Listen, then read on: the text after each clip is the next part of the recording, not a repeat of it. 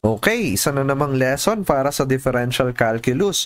We have yung topic na higher order derivatives. So ano nga bang ibig sabihin pag sinabing higher order derivatives? So magtingin muna tayo ng mga notation na ginagamit. No? Let's say we have a function f of x is 3x raised to 4 minus 5x squared plus 3. Kapag kinuha natin yung derivative nito, so let's say f prime of x, this is, of course, magiging 12x cubed minus 10x.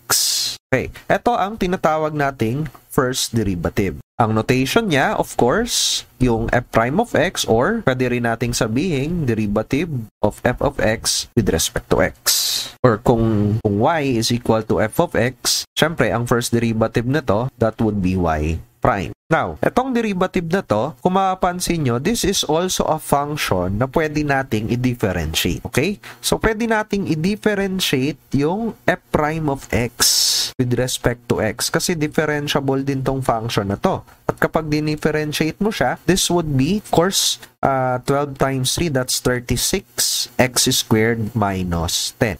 Ang tawag natin dito is the second derivative. Okay? Ang notation niyan, pwede nating sabing f double prime of x or minsan ang nakalagay sa mga book is f tapos parang may exponent siya pero naka-parenthesis ganyan, no? f2 of x. So that is second derivative. Another notation, this would be the derivative kasi ganito yan no? The derivative of the derivative nung function natin. Or this is written as the d squared, naka-square yung differential operator with respect to x squared. So naka-square yung d sa taas tapos naka-square yung independent variable or actually yung dx, no? Naka-square sa baba. So these are some notations na ginagamit sa derivatives. Ang tawag dito, kapag lumampas ka na nung first derivative, ito na yung higher order derivatives. And we can go further, no? We can get the f triple prime of x o the third derivative. Pwede mo rin sabihin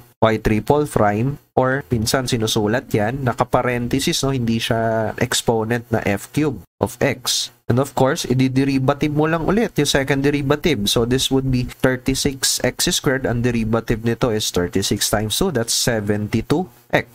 Okay? And we can go further. We can get the fourth derivative ng function natin. That would be 72 and so on. No? Ang fifth derivative niya, dahil constant na siya, 0 and so on. So, these are higher order derivatives. Basically, this is derivative nung derivative. Okay? So, kung gaano kakaraming beses nagdi-derivative o nagdi-differentiate, yun yung order nung derivative natin. Okay? Another notation for the fifth derivative, kung re-reviewin mo, this could also be written as d raised to 5, no? Fifth order derivative with respect to x nung y natin. Okay? Let's look at some examples. Example number 1, determine the third derivative of the function h as a function of w, where the function is 8 cosine of w over 2 plus w raised to 5. So first, kunin natin yung first derivative. The first derivative, that would be 8 times derivative ng cosine, negative sine ng w over 2. And of course, huwag kakalimutan i-chain to dahil meron tayong nasa loob ng cosine. So, ang derivative ng w over 2, that would be 1/2. Plus, derivative ng w raised to 5, that is 5w raised to 4. So, kapag sinulat mo siya, ang first derivative, this would be negative 4 sine of w over 2 plus 5w raised to 4. Now, for the second derivative, ang gagawin mo lang, i-derivative mo ulit to. So, second derivative, h double prime of w. This would be negative 4. Ang derivative ng sine is cosine. And then, derivative nung nasa loob, 1/2. Plus, 5 times derivative nito would be 4w cubed. So, the second derivative is negative 2 kasi 4 saka 1/2, no? Tapos may negative. Cosine of w over 2 plus 20w cubed. Now, para naman sa third derivative, yung second derivative, i-derivative mo lang. So, yung third derivative, h triple prime of w or h tapos naka-raise sa naka-parenthesis na 3.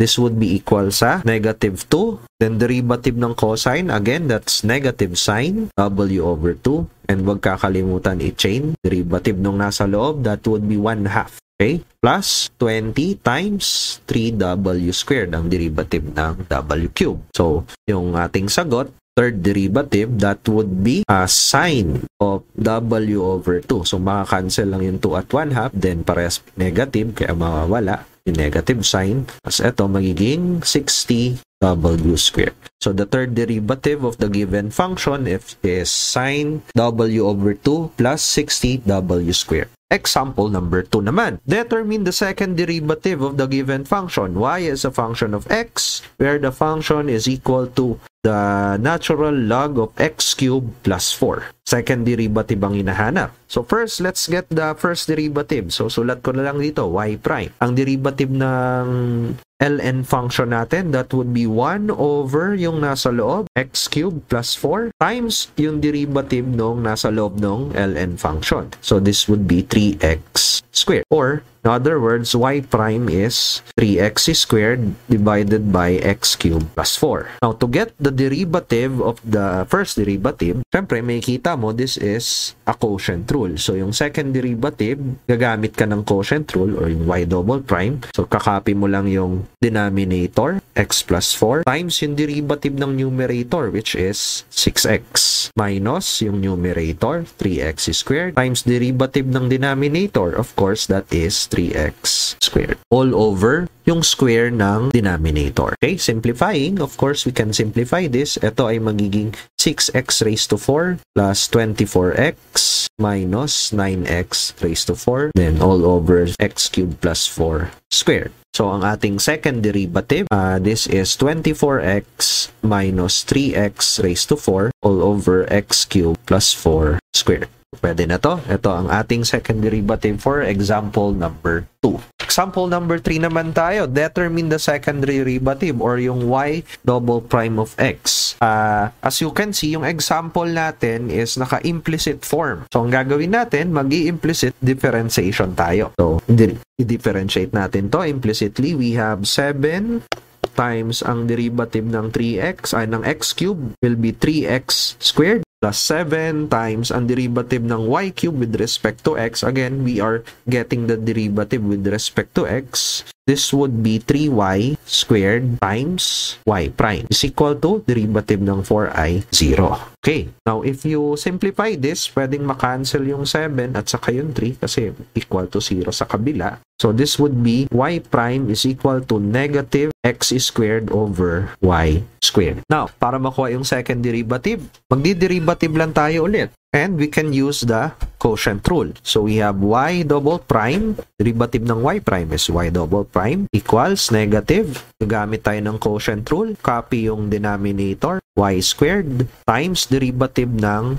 x squared, which is 2x. Minus, copy yung numerator. We have x squared, derivative ng y squared, that is 2y, times y prime divided by yung square nung denominator. So, simplifying, we get y double prime. So, isi-simplify natin. We have negative 2x y squared minus we have 2x squared y prime. At yung y prime natin, remember, it's negative x squared over y squared. Okay, divided by y raised to 4. Pwede na natin itong i-simplify. Ang makukuha natin, of course, this would be negative ng 2xy squared minus 2x raised to 4. O, magiging plus na to dahil minus to, tas negative yon. We have y over y squared all over y raised to 4. So, again, i-algebra lang natin to, no? Para mas masimplify pa natin. So, ito yung makukuha natin. So, we have 2x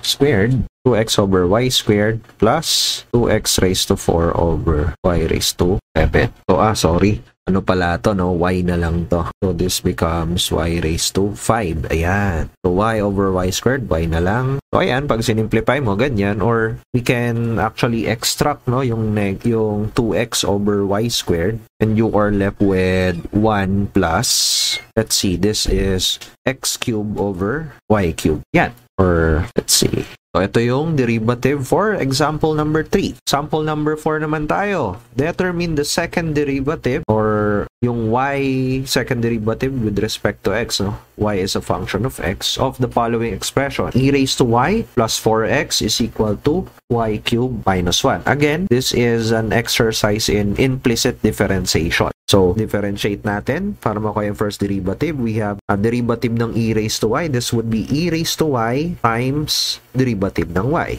Okay? Plus, derivative ng 4x is 4 is equal to, we have 3y squared times y prime minus 0. Derivative ng negative 1. So, ang gagawin ko, ililipat ko sa kabila yung may mga y prime. So, this is 3y squared y prime minus e raised to y prime, or 4 is equal to 3y squared minus e raised to y times y prime. In other words, yung first derivative natin would be 4 all over 3y squared minus e raised to y, or 4 times 3y squared minus e raised to y raised to negative 1. Now, para makuha yung second derivative, of course, the derivative mo yung first. So, derivative ng first derivative, ito, no? That would be 4 times, ito, may negative 1. So, lalagay natin dito, negative 1, i-copy mo siya, e raised to y, and then magiging negative to yung exponent, times yung derivative nung nasa loob. Of course, this is 6y times y prime minus e raised to y times y prime. Now, if you simplify this, ang makukuha natin ganito. This would be 4 times, ito, dahil may negative, magiging baliktad to. So, magiging e raised to y minus 6y divided by 3y squared minus e raised to y squared times y prime. So, ang ginawa ko, finactor out ko yung y prime, yung negative, finactor in ko dito. Yung negative, finactor in, yung y prime, finactor out. So, ito yung magiging equation natin. Of course, meron na tayong y prime kanina, pwede natin gamitin to, substitute natin dito, para makuha natin yung second derivative. This would be 16 times e raised to y minus 6y. So, kaya yun naging 16 kasi, di ba, 4 to. Tapos, imbis na 3y squared minus ey raised to 2, magiging raised to 3 na siya. So, ito ang ating second derivative for example number 4. So, again, what is higher order derivatives? I-derivative mo lang ng i-derivative yung mga lumalabas na derivatives, no? Di-differentiate mo lang. Tapos, ito yung mga klase ng notation na meron. Pwede yung prime na notation. Syempre, kapag apat na, parang ang dami ng prime. So, minsan, ito ang ginagamit, no? Yung naka-parenthesis or yung ganitong notation. So, that's it for higher order derivatives. Like mo yung video kung ayos. Pag hindi, pag mo i-dislike, leave ka ng comment kung bakit, ha? Sige na, subscribe.